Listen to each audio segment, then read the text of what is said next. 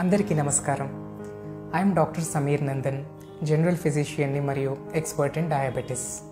ఈరోజు సమాజాన్ని ఒక్కసారి గమనించండి.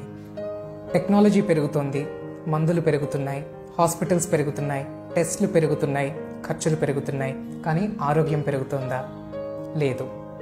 మరి ఇన్ని సౌకర్యాలు పెరుగుతుంటే అప్పటికీ మన ఆరోగ్యం పెరగట్లేదంటే దానికి కారణం ఏమిటి? ఎక్కడో లోపం ఉంది. ఎక్కడ? మనలోనే. మన ప్రాచీన భారతీయ సాంప్రదాయం ప్రకారము, ఆయుర్వేద యోగ శాస్త్రాల ప్రకారము ఒక 12 అద్భుతమైన ఆరోగ్య సూత్రాలని ఒక దగ్గరికి చేరవేశాను. జాగ్రత్తగా వినండి. ఈ 12 సూత్రాలలో ఏ ఒకటో రెండో పాటించినా మీ జీవితం మారిపోతుందండి. మరి ఆలస్యం లేకుండా let us go into the topic. Are you ready?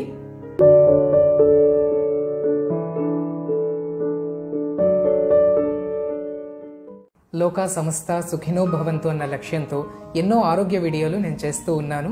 అందుకని దయచేసి keep watching my videos and keep sharing this content with everyone. మీ చుట్టాలకి, ఫ్రెండ్స్కి అందరికీ ఇవి పంపించండి. మొట్టమొదటి సూత్రము, అజీర్ణే భోజనం విషం అజీర్ణే భేషజం వారి. అంటే తిన్న తిండి అరగకుండా మనం ఆహారం మళ్ళీ తిన్నామనుకోండి, అది విషంతో సమానం అని చెప్పింది శాస్త్రము. కనుక దీన్ని బట్టి మనం ఏం చేయాలి? ఏదైనా ఫుడ్ తిన్న తర్వాత పూర్తిగా కడుపు తేలిక పడే వరకు మళ్ళీ కడుపులో ఎటువంటి లిక్విడ్ని కానీ లేదా సాలిడ్ని కానీ వేయడానికి వీల్లేదు. అలాగే ఈ సూత్రంలో రెండో భాగం ఏమిటి? అజీర్ణే భేషజం వారి. అజీర్తి చేసినప్పుడు, ఇండైజెషన్ లేదా గ్యాస్ట్రిక్ ఎసిడిటీ పెరిగినప్పుడు స్వచ్ఛమైన మంచినీరు అమృతంతో సమానము. తరచుగా మంచినీళ్లు తాగడం ద్వారా ఈ అజీర్ణ వ్యాధిని పోగొట్టుకోవచ్చు. ఇక రెండవ సూత్రము, అర్ధరోగహరి నిద్ర. సగము రోగాలకట నిద్రే ఔషధమట. ఒక 6 గంటలైనా చక్కటి నిద్ర పట్టగలిగితే మనకున్న రోగాలలో సగానికి సగం అక్కడే తగ్గిపోతాయన్నది సూత్రము. దురదృష్టం ఏమిటంటే ఈ రోజుల్లో 100కి సగం మందికి ఆ నిద్రే పట్టడం లేదు. మరి నిద్ర పట్టాలంటే ఏం చేయాలి? తేలికైన 2-3 విషయాలు మీకు చెప్తాను. మనం పడుకోవడానికి కనీసం 6 గంటల ముందు వరకు టీ, కాఫీ లాంటివి తాగకూడదు. అలాగే కూల్ డ్రింక్స్ తాగకూడదు. వీటన్నిటిలో కెఫీన్ వల్ల నిద్ర పట్టదు మనకి. మరొకటి ఏమిటంటే పడుకోవడానికి 1 గంట ముందు నుంచి మనం మొబైల్ని కానీ టెలివిజన్ స్క్రీన్ని కానీ చూడకూడదు. ఆ ఎల్ఈడి లైట్స్ కూడా మనకి నిద్ర పట్టనీయకుండా చేస్తాయి. మూడవ మాట ఏమిటంటే ఒక 10-15 నిమిషాల సేపు లోతుగా ఊపిరి తీసి విడిచిపెట్టాలి. పొద్దున బ్రేక్ఫాస్ట్ ముందు ఒకసారి, రాత్రి డిన్నర్కి ముందు ఒకసారి. ఈ డీప్ బ్రీదింగ్ తర్వాత ఒక్క 10 నిమిషాలు కళ్ళు మూసుకొని ప్రశాంతంగా కూర్చునే ప్రయత్నం చేయాలి. ఈ మాత్రం చేస్తే చాలండి, నిద్ర బ్రహ్మాండంగా పట్టేస్తుంది. నిద్ర మాత్రల జోలికి వెళ్ళక్కర్లేదు. ఇక మూడవ సూత్రము, న వైద్యః ప్రభురాయుషః. అంటే మన ఆయుష్కి వైద్యుడు అధిపతి కాదు అని. ఇంకో రకంగా చెప్పాలంటే మన ఆయుష్ రేఖ లేదా మన లైఫ్ స్పాన్ని పెంచడం డాక్టర్ చేతుల్లో లేదు అని సూత్రం తేల్చి చెప్పింది. మనం డాక్టర్ దగ్గరికి వెళ్ళినప్పుడు కాస్త ఉపశమనం లభిస్తుంది, నో డౌట్. కానీ మన ఆయుష్ను పెంచడం అనేది అక్షరాల ఆయన చేతుల్లో లేదంట. మరి ఎవరి చేతుల్లో ఉన్నట్టు? మన చేతుల్లోనే ఉన్నట్టు. ఈ ఆరోగ్య సూత్రాలలో ఏ ఒకటో రెండో పాటించడం ద్వారా మన ఆయుష్ రేఖని మనమే పెంచుకోగలము. ఇక 4వ సూత్రము, చింతా వ్యాధి ప్రకాశయ. అనగా చింతలు మన వ్యాధిని పెంచుతాయట. చింత అంటే వర్రీ. ప్రతిదానికి వర్రీ అవ్వడం వలన రోగాలు పెరుగుతాయన్నది ఈ సూత్రం అన్నమాట. మరి ప్రతి ఒక్కరికి వర్రీ అనేది లైఫ్లో ఉండనే ఉంది కదా. 1,00,000 కారణాలు. కానీ మనం మాత్రం జీవితంలో వర్రీ అవుతూనే ఉన్నాము. ఈ వర్రీ నుంచి బయటపడడం ఎలా? ఒక తేలికపాటి నిజాన్ని మనం అర్థం చేసుకుంటే మన వర్రీ 3 అంతులు తగ్గిపోతుందండి. ఏమిటా నిజము? జీవితంలో మనకు కావాల్సినవి, మనం సాధించుకోవాల్సినవి కేవలం 3 విషయాలు. 1 పీల్చడానికి గాలి, 2 తినడానికి తిండి, 3 కట్టుకోవడానికి బట్ట. ఈ 3 మనకు ఉన్నాయా, మనం నిక్షేపంగా బ్రతికేయచ్చు. నా మాట నమ్మండి, నిక్షేపంగా బ్రతికేయచ్చు. మనలో ఉన్న కోరికలనే లగేజ్ తగ్గించుకోవడం ద్వారా మన వరీస్ అనేవి తగ్గుతాయి.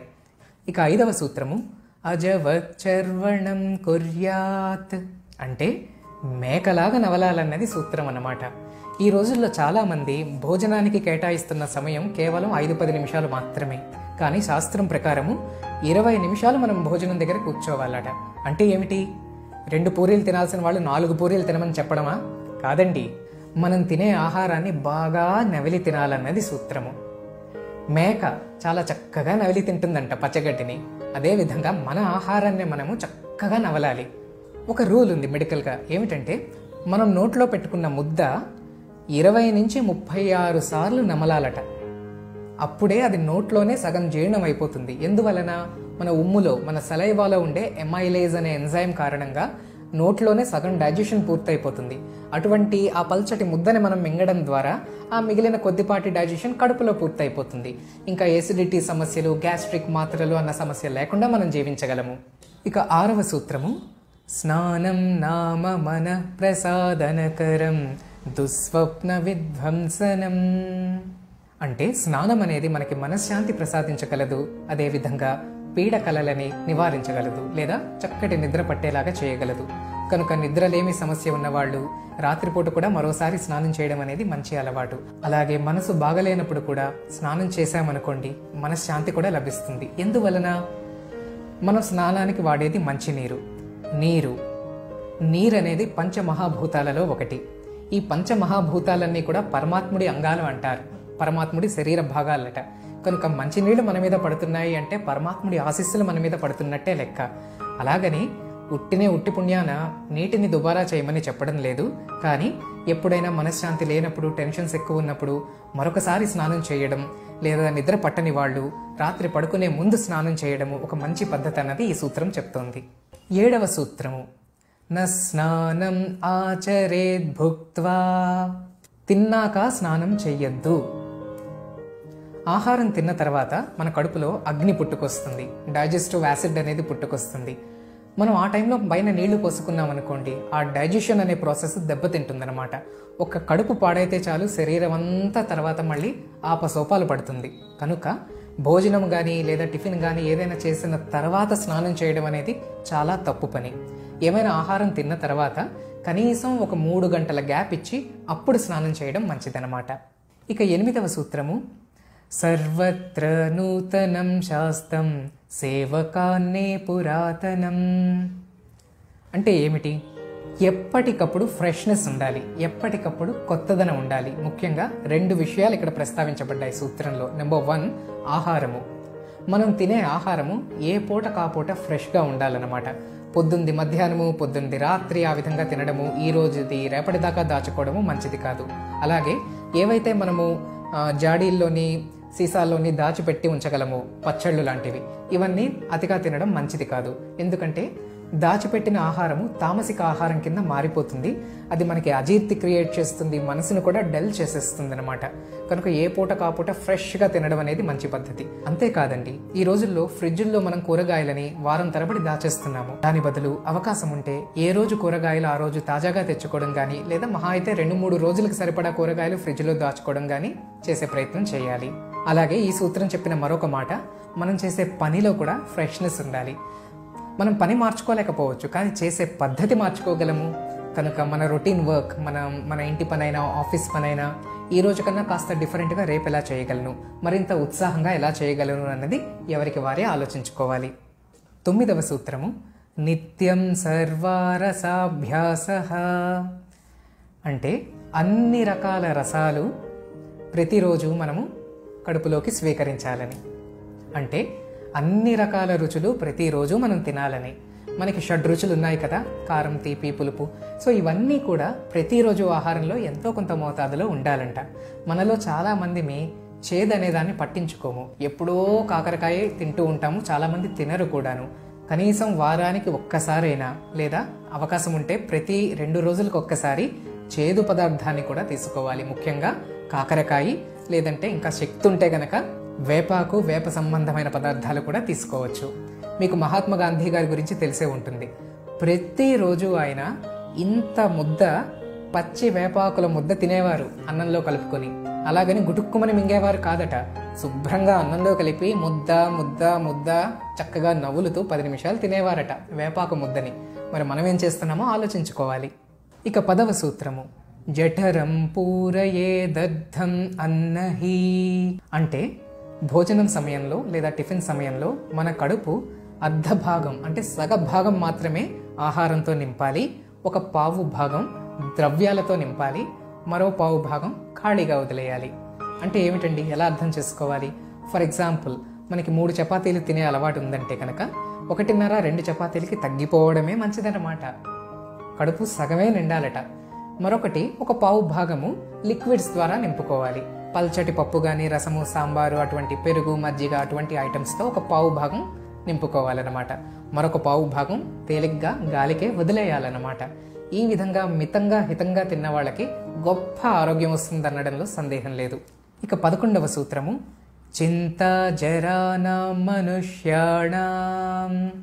చింత మనుష్యులకి ముసలితనాన్ని త్వరగా కలుగచేస్తుంది. ఈ రోజుల్లో చూడండి, 20 ఏళ్లకే జుట్టు పండిపోతుంది, 30 ఏళ్ళు వచ్చేసరికి చర్మం ముడతలు పడిపోతుంది, 40 ఏళ్ళు వచ్చేసరికి మోకాళ్ళ చెప్పులు అరిగిపోతున్నాయి. ఎందుకని? చింత. ఇందాక మనం మాట్లాడుకున్నాం, worry, the habit of worrying. ఈ వరీయింగ్ అనేది ముసలితనాన్ని తొందరగా తీసుకొస్తుందంట.